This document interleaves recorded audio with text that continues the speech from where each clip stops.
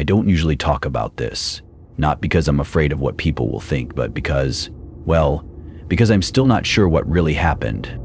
It's been 7 years since that weekend in the mountains, 7 years since Adam disappeared without a trace. People think he got lost, that he took a wrong turn, wandered off, maybe slipped into a ravine or something. That's what the park rangers told us. That's what the newspapers said. But I was there. I was with him. And I remember exactly what I saw, and more importantly, what I heard. I'll start from the beginning. We were both 24 back then. Adam and I had been friends since high school. He was the adventurous one, always pushing me to try new things. Skydiving, night drives through the desert, urban exploration. He liked to flirt with danger, but not in a reckless way. He was calculated about it, like he wanted to get as close to the edge as possible without actually falling off. The trip had been his idea, a weekend backpacking trail in the Appalachian Mountains. Nothing extreme, just 2 nights out. A loop trail not too far from civilization, the kind of thing a couple of moderately in-shape guys could knock out with no problem. We left on a Friday morning in late October. The air was cold but not unbearable, and the leaves had just turned. Gold, red, amber, every shade you can imagine. It was beautiful out there, quiet in a way you forget exists when you live in a city. No hum of traffic, no phone service, just wind, birdsong, and the occasional rustle in the underbrush. The trailhead was marked by one of those wooden signs carved with the name of the trail, Carter's Loop. I remember thinking it sounded too friendly. Loop implies you end up right where you started. Safe, predictable. That was the last time anything about this trip felt normal. We hiked a good 10 miles that first day, following the switchbacks up the ridge. We didn't see anyone else the entire time. Not one hiker, not one ranger, just the 2 of us and the endless trees. By late afternoon, the sun was sinking, and we found a clearing off the trail. Flat ground, sheltered by firs, perfect for a tent. We set up camp, cooked a couple of dehydrated meals, and shared a flask of bourbon while the stars came out. I remember how quiet it was. Too quiet. No insects, no crickets, just that stillness that presses in on your ears until you start hearing things that aren't really there. That night, around 2 a.m., I woke up to a sound I couldn't place. It wasn't loud, more like a murmur, low and steady. At first, I thought it was wind moving through the trees, but it had a rhythm, almost like breathing, deep, slow, wet sounding. Like something huge just outside the tent was taking long, labored breaths. I sat up slowly, my sleeping bag whispering against the nylon floor. Adam was still asleep beside me, snoring softly. I held my breath and listened. The breathing stopped. I waited maybe 5 more minutes, heart racing, until the silence felt safe again. Eventually, I laid back down and forced myself to sleep. In the morning, I didn't mention it, just chalked it up to an overactive imagination. One weird noise in the woods doesn't mean anything, right? We packed up camp and got back on the trail. According to the map, we had another 8-10 miles before reaching the halfway point, a natural spring that hikers use to refill their bottles. From there, the trail would curve back toward the road, and by Sunday afternoon, we'd be home, tired but satisfied. Around noon, the forest started to change. The trees thinned out a little, and the air got noticeably cooler, almost like we'd walked through an invisible boundary. The ground underfoot was damp, even though it hadn't rained in days. Patches of fog clung to the brush in thin, shifting layers. Adam noticed it too. "You feel that?" he asked, slowing down. "Yeah," I said, "colder." "And smell that?" At first, I didn't, but then I caught a whiff, something faint and metallic, like rust or old blood. We stood there for a few moments, listening. The forest had gone still again. No birds, no wind, just a dense, heavy silence. Adam turned to me with this weird look. Not scared exactly, more like intrigued.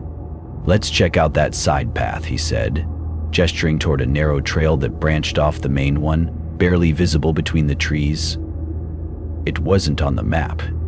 "I don't know, man," I said. "That doesn't look like part of the loop." He grinned. Exactly. I should have said no. Should have told him we were sticking to the trail. But that grin was infectious. That was Adam, always chasing mystery. And part of me wanted to believe that whatever weirdness we were feeling was just our minds playing tricks on us. So we took the path. It narrowed quickly, forcing us to walk single file. The trees grew denser, their branches forming a kind of arch overhead that blocked out most of the sunlight. The deeper we went, the colder it got. I started to see my breath. That didn't make any sense. It wasn't that cold out. About 20 minutes in, we came across a small clearing. And that's when we found it. A backpack, torn, dirt-caked, half buried under a pile of leaves. It looked like it had been there for a while, but not long enough to decay completely. The color was faded red, with one of the straps frayed to the point of tearing. I remember Adam crouching beside it, brushing away the leaves. "Think someone got lost out here?" he asked. I didn't answer. I was staring at the nearby tree. Carved into the bark were 5 tallies, 5 vertical lines, deeply gouged, not weathered, not aged, fresh. Something about those marks made my stomach twist. "Let's head back," I said quietly. "This doesn't feel right." But Adam didn't move.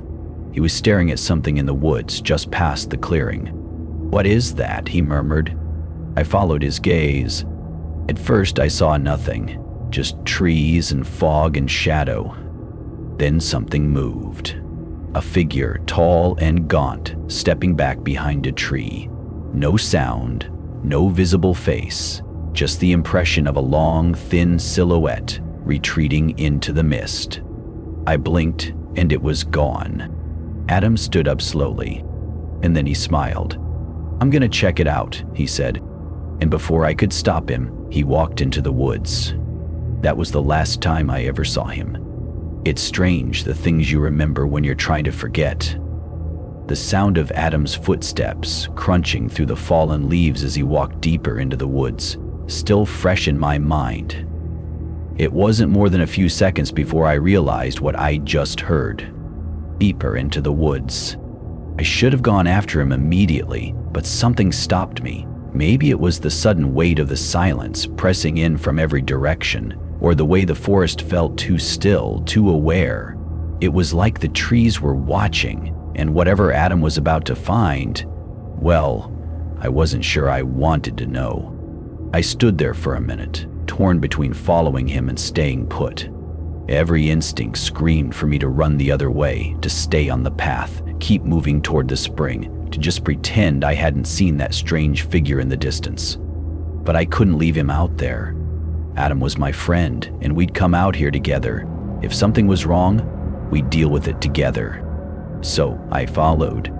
The fog thickened as I walked into the woods after him, making it harder to see more than a few feet in front of me. I called his name, just a whisper at first, then louder, more insistent. No answer. I didn't expect one. The air around me felt colder, more oppressive, the trees tightening together until they nearly blocked out the light. I could feel the tension in my chest, the weight of the forest around me like something alive, something waiting. I pushed through the brush, not caring how noisy I was. The only thing that mattered was finding Adam.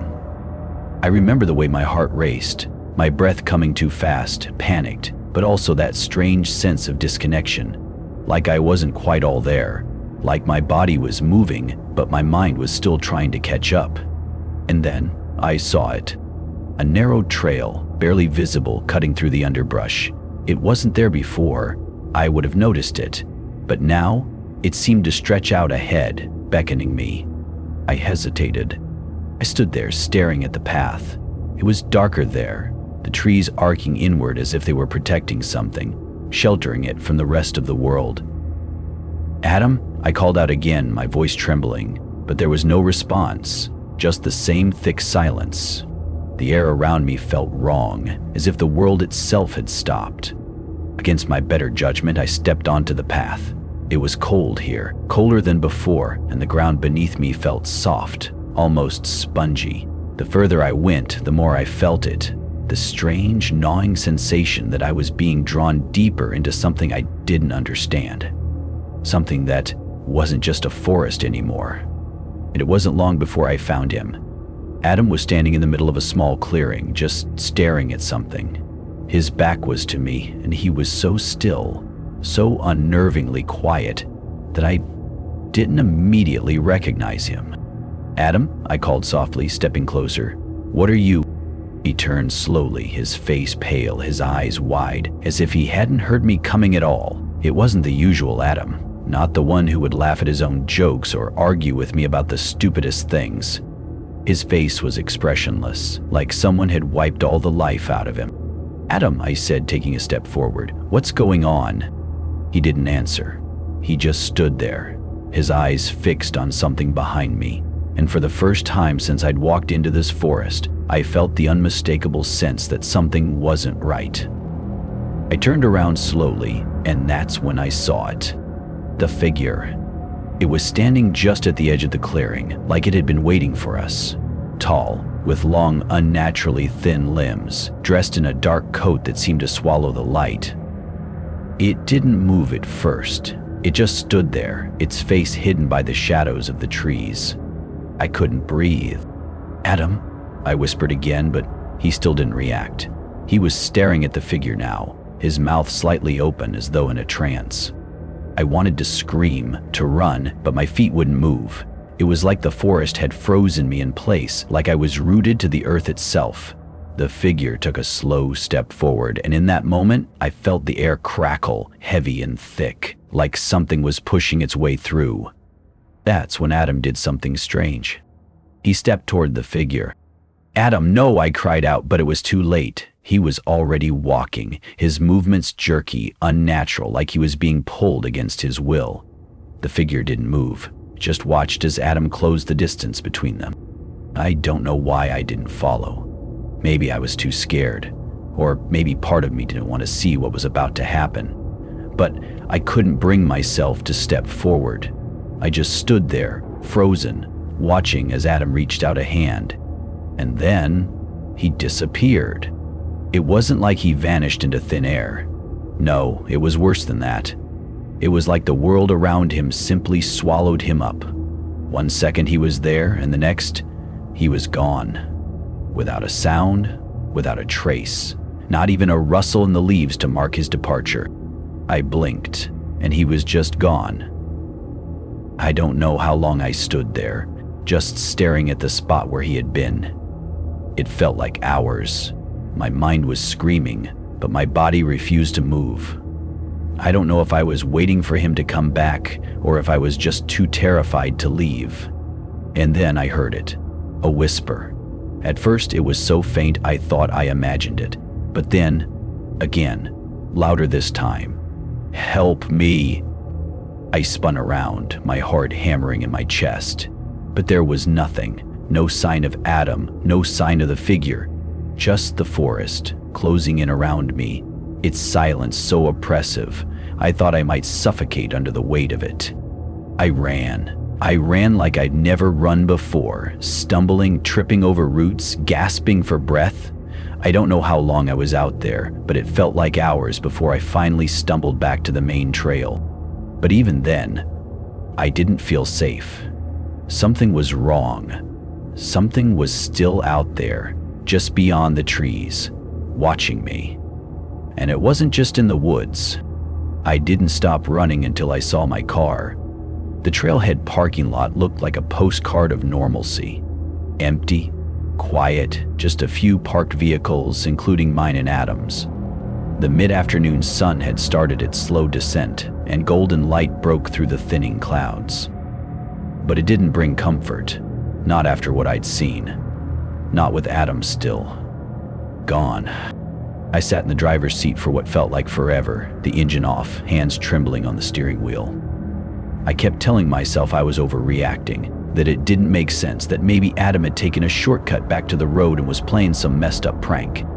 But that whisper was his voice. It wasn't some echo or trick of the wind. It was Adam, faint, distant, but real. And I knew Deep down, in a part of myself I didn't want to acknowledge, that I hadn't imagined the figure in the clearing, or the way Adam vanished. Something had taken him. Something from that forest. Eventually, I forced myself to move. I grabbed my phone and tried to call him again. Straight to voicemail. I texted, "Where are you? Please tell me this is a joke." No response. I called 911, trying to keep my voice steady, telling them my friend had gone missing in the woods. The dispatcher took it seriously, to their credit.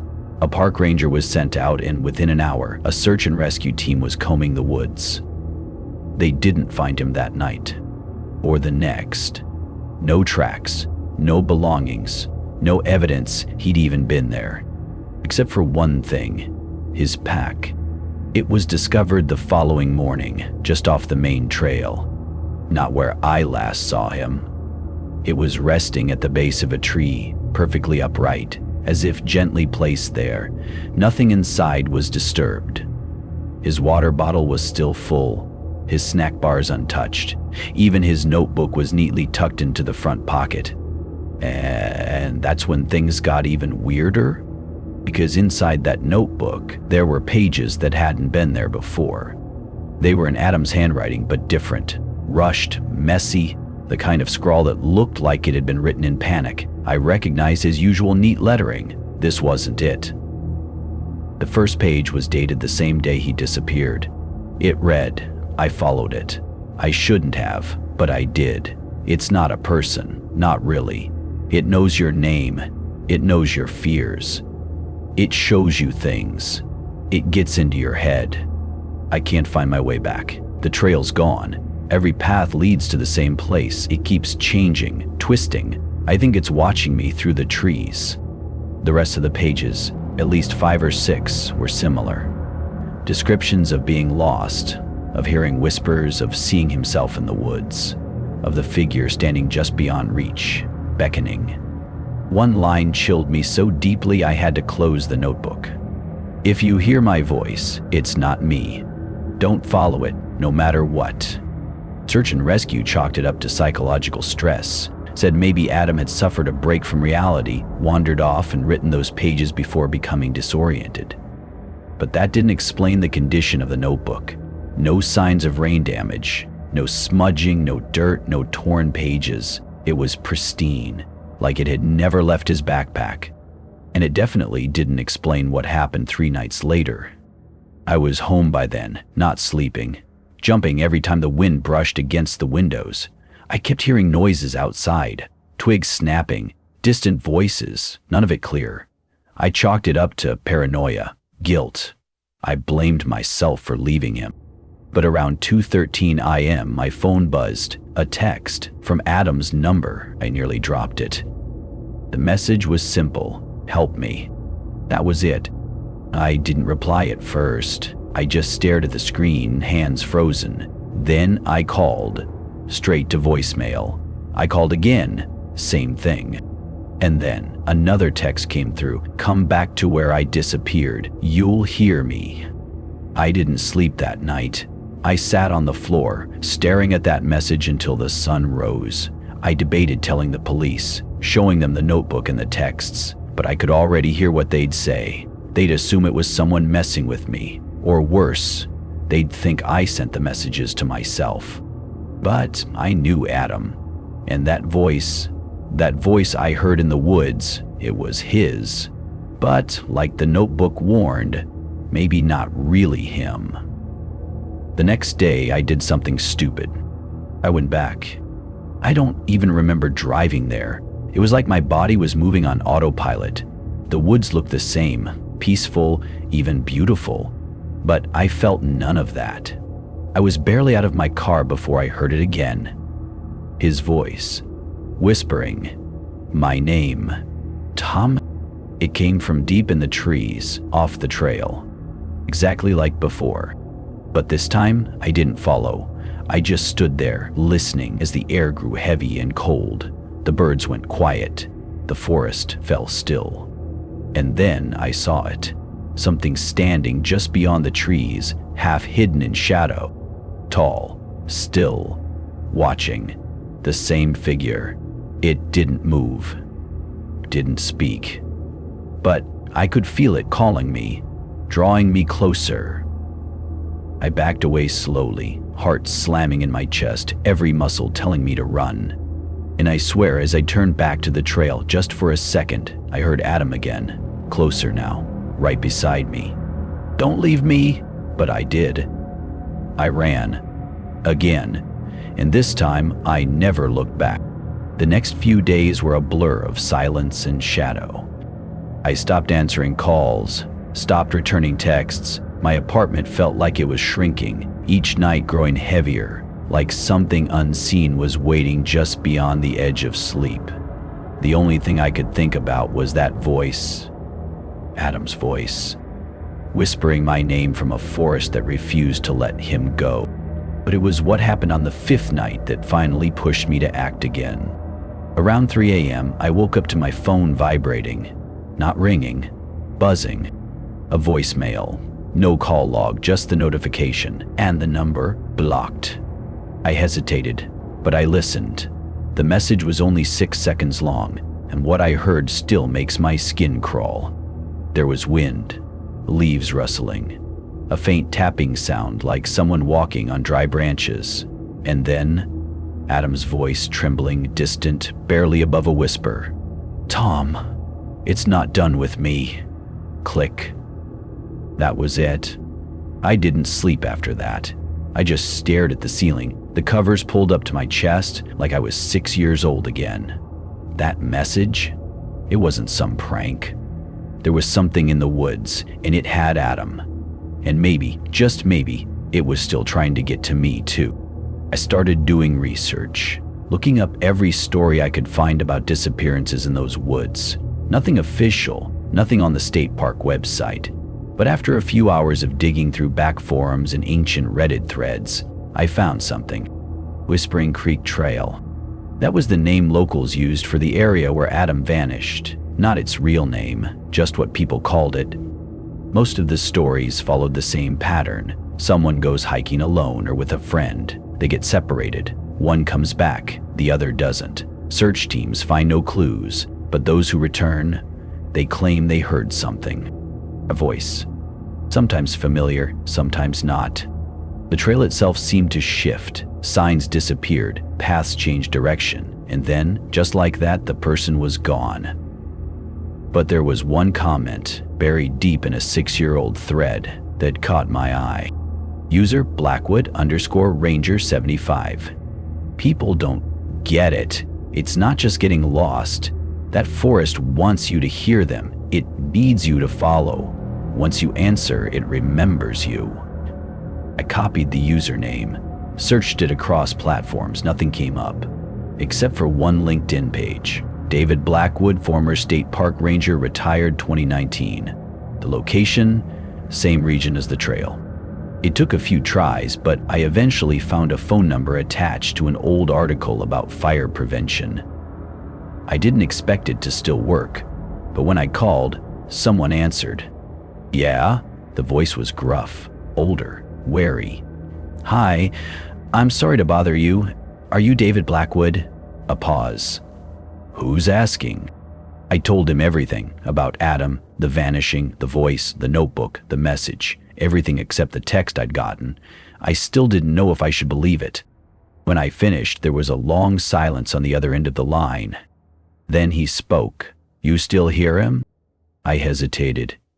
"Sometimes, at night, or when I think about going back." Another pause. "Then you need to listen carefully, because if you go back again, really go back, it's gonna try harder to make you stay." I swallowed. "What is it?"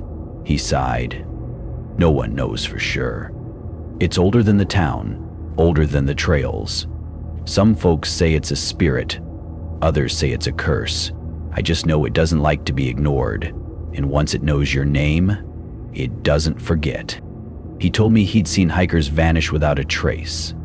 One man was found 2 months later, miles from where he'd disappeared, starved, eyes hollow, muttering to himself. When they pulled him out of the forest, he kept repeating one thing. "It looks like my brother." Then Blackwood said something that made my blood run cold. You said your friend disappeared in that clearing. Yeah. Was there a tree nearby? One that looked wrong? Split bark, carvings all over the trunk? My throat tightened. Yes. That's the marker. That's where it waits. It always starts there. I didn't say anything, just sat there, gripping the phone, listening to the old ranger breathe. You still got his notebook? Yeah, take it. Burn it. What? Why? Because it ain't just his writing in there. That thing, it uses voices. It learns. If it's calling out to you now, it's not gonna stop. Not until you answer, or until it finds someone else. I thanked him. I don't know why. Maybe because it was the first time someone didn't tell me I was crazy. After the call, I pulled out Adam's notebook from the drawer. It felt heavier than it should have, like something inside it shifted. I flipped through the pages again, and that's when I saw it. At the very back, on the last blank page, was a new line, in handwriting that didn't look like Adam's at all, just 5 words. He's not alone anymore. I didn't sleep the night I found that last page.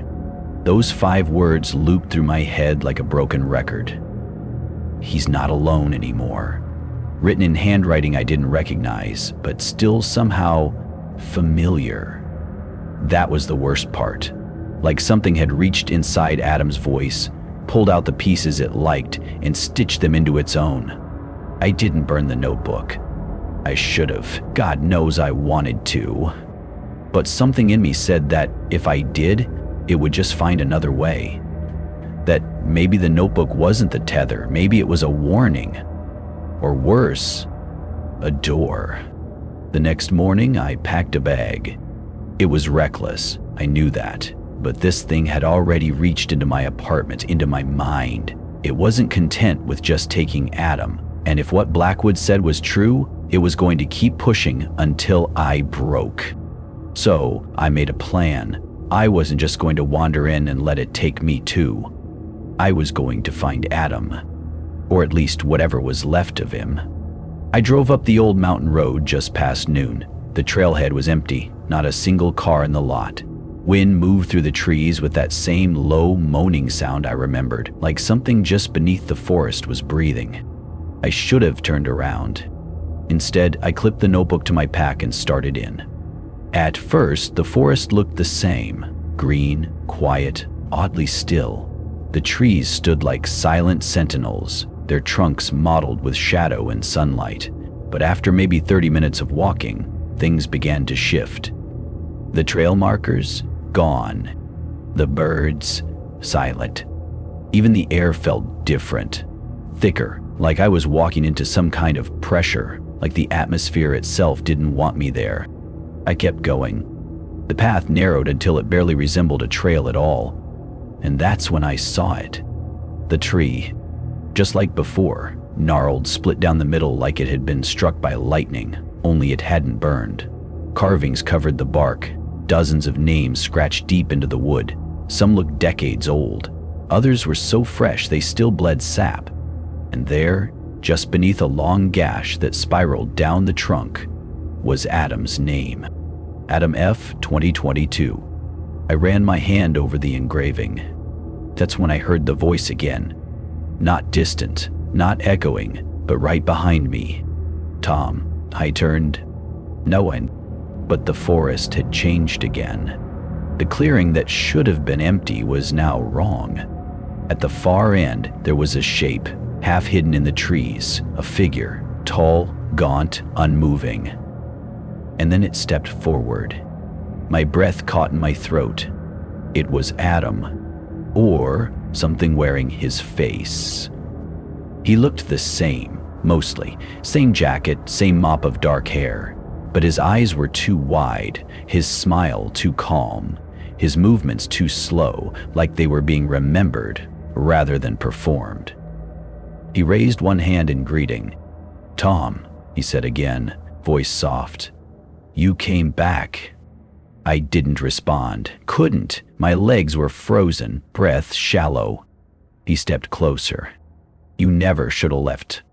I managed to whisper. You're not him. The figure paused. Its smile twitched. No, it said, but I remember how he screamed. The words didn't come from its mouth. They came from everywhere. From the trees, from the wind, from beneath my feet. Suddenly, everything shifted. The clearing began to stretch, elongating in impossible directions. Trees bent and twisted in unnatural arcs. The figure melted back into the dark, replaced by others, more shapes, more voices, all familiar, all wrong. I turned and ran. Branches tore at my jacket, roots tried to grab my boots. The forest folded in on itself, and no matter which way I turned, I found myself back at the same clearing, same tree, same names, but one thing had changed. A new name had appeared on the trunk, Tom B. 2024. I stared at it in disbelief, my fingers trembling as I reached out to touch it. The bark beneath my hand twitched, and from somewhere far off, too far but somehow still too close, I heard my voice, crying, begging, calling for me. The crying didn't stop. It came from everywhere and nowhere, surrounding me in waves, pulsing through the trees like a heartbeat I wasn't supposed to hear. It wasn't just my voice anymore, either. It was others, dozens of them, layered atop one another in some terrible chorus of pleading. All of them knew my name. I backed away from the tree with my name carved into it. My heart was hammering in my chest, but I couldn't tell if it was fear or rage, or both. I grabbed the notebook from my pack, hoping, stupidly, that there'd be something else in there, another clue, maybe a way out. Instead, I found a new page had been added. I didn't write it. I swear I didn't. But there it was, in that same broken handwriting as the others. You can't help him. You never could. But he left something behind. And below that, smeared across the paper like ink and ash. Go, where the air turns cold. I looked up from the page and sure enough, I saw my breath. It was subtle at first, just the faintest cloud drifting from my mouth, despite the fact it was early September and still warm when I'd started the hike. But now, the air felt sharp, wintry, like I'd stepped into another season, or another place entirely. I followed the cold, step by step, deeper into the woods.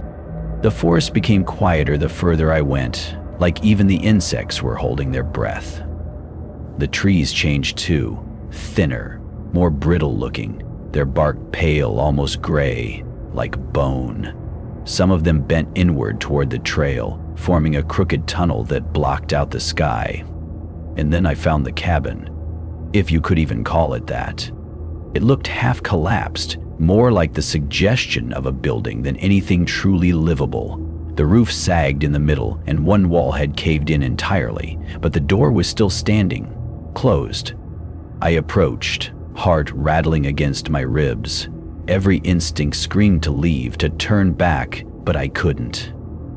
I had to know. When I opened the door, it didn't creak. It sighed. The inside was worse than I expected. Everything was covered in a layer of frost. The floor, the walls, the shattered remains of what might have once been furniture. My boots crunched with each step. There was no heat, no smell, just the bitter cold pressing in like hands.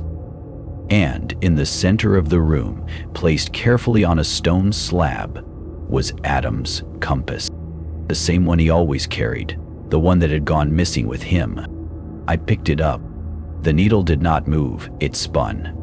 Slowly, rhythmically, clockwise, then counterclockwise, like it was dancing to something I couldn't hear. The metal burned cold against my palm, but I couldn't let go.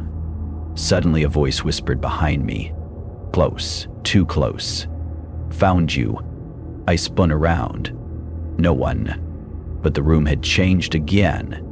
The back wall had disappeared, revealing a black tunnel of trees leading straight into the mountain. The frost spread with every second, creeping along the floorboards like roots made of ice. My breath came out in thick clouds now. The compass still spun in my hand. And that's when I saw them. Figures. Dozens of them. Standing in the tunnel, silent, motionless. All of them human-shaped, but hollow.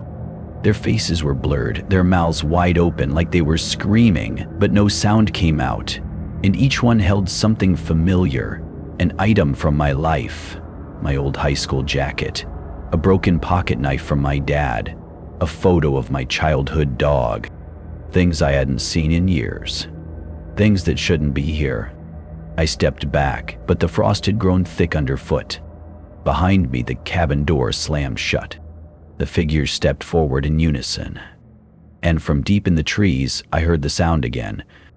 That tearing voice, the one that sounded like Adam, and me and dozens of others, all screaming in sync. Only this time, it wasn't calling me in. It was telling me to run. I ran. Out the back of the ruined cabin and into the woods, feet slamming through frost-covered leaves, breath ripping from my lungs in clouds. The compass clattered against my chest, still swinging wildly. Behind me, the figures moved. Not fast, but relentless, as if they knew I couldn't outrun what was coming. The cold was unbearable now. My skin burned with it, my vision tunneled. My legs felt like they weren't entirely my own anymore, like the forest had begun claiming pieces of me the deeper I went. Still, I ran. Eventually, I stumbled into another clearing. At first, I thought it was a trick of the light, but no, it was real. A ring of stones. Not natural, too perfectly circular, old, worn down by time. Some were stacked into rough cairns. Others stood upright, like crude gravestones. And in the center was a hole. A narrow shaft, maybe 3 feet wide, too deep to see the bottom. The kind of place you might throw a body if you didn't want it found. Or maybe the kind of place the forest offered for something to crawl through. I crept toward the edge. A foul wind drifted up from the pit, not strong, but wrong. Like rot and iron and something sour from deep underground. I could hear something too, faint at first, not wind, not water. Whispers. Not just any whispers, Adam's. He was calling my name, repeating it again and again, soft, broken, desperate. I dropped to my knees beside the hole, voice cracking. Adam? Adam, is that you? The whispers stopped. Silence. Then a voice floated up from the dark. Not Adam's anymore, but something wearing his pain. I see you, Tom. The words echoed inside my skull, bypassing my ears entirely. And then the frost at the edge of the pit began to move. It crawled, climbing up the stones like it was alive, like it was reacting to my presence. The cold was no longer just a sensation, it had weight, pressure, like something beneath the forest was rising. I stepped back, eyes wide, and that's when the ground around the pit cracked. Thin, jagged lines rippling outward from the hole like veins of black glass, each one pulsing slightly. Something beneath them was breathing. No, I thought, not something, some place. The entire forest was alive, watching, listening, and it had brought me here for a reason. I turned to run, but I wasn't alone in the clearing anymore. The figures had arrived. They stood at the edges of the stone ring completely still. Their faces remained blank, soft-edged, like poorly rendered memories. I couldn't count them all, but they weren't just blocking the way out. They were waiting, and one of them stepped forward. It wore Adam's jacket, but it wasn't him. It moved wrong, bent too far forward, limbs slightly too long, its head cocked at an unnatural angle like it was trying to remember how humans held themselves. Its eyes weren't eyes anymore, just deep, endless pits of static, like TV snow. It reached out to me. "Help me, Tom," it whispered. "Please." The voice wasn't desperate, it wasn't sad. It was hungry. I backed away, toward the pit. For a moment I thought about jumping in. Not out of panic, but because the longer I stood there, the more I felt drawn to it. Like something in the pit recognized me, like it had been waiting for me. Then I remembered the notebook. I tore it from my pack, flipping to the last page. And there it was, something new. Just one line. If you won't give yourself, give it something it's already taken. I looked up. The creature wearing Adam's jacket stared back, and I knew what I had to do. I clenched my jaw, took a deep breath, and stepped forward. Then I pushed it into the pit. For a split second, I saw its expression change. The mouth opened too wide, the body convulsed, and then it vanished into the hole, swallowed by the dark. Silence fell over the clearing. The frost stopped spreading. The forest held its breath. And then, the compass in my hand stopped spinning. The silence didn't last. The ground beneath my feet gave a deep, low groan, like some ancient door creaking open miles below. The ring of cracked earth around the pit began to close, not from debris or collapse. It was healing. Stone and soil knitting together, slowly sealing the hole I had just thrown that thing into. And as it closed, the forest breathed again. Birdsong returned in the distance. A breeze stirred the branches above.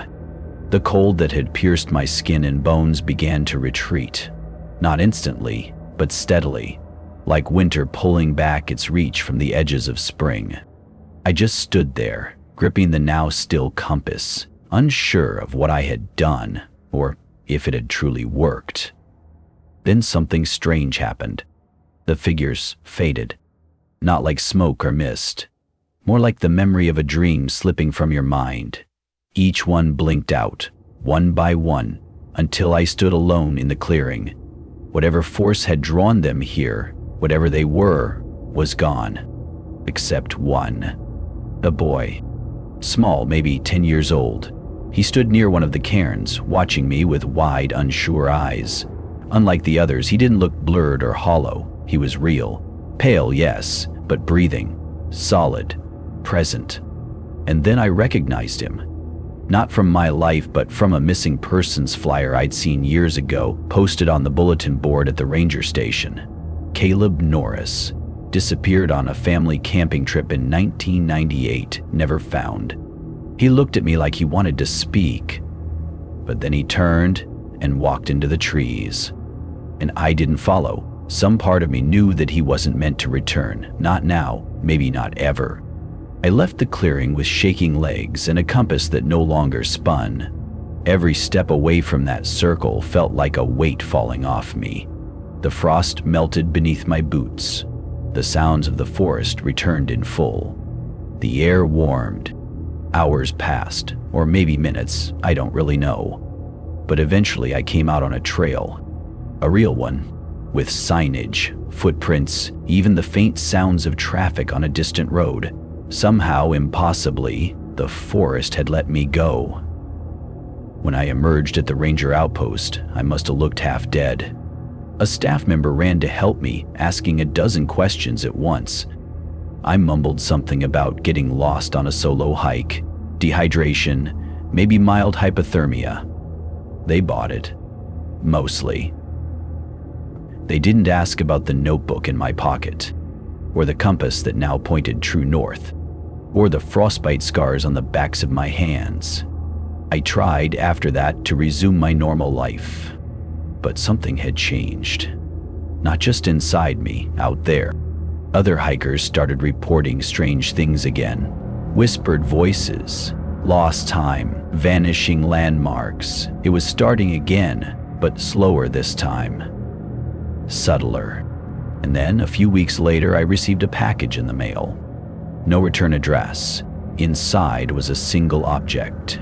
A new page from that notebook. The handwriting was cleaner this time, more deliberate.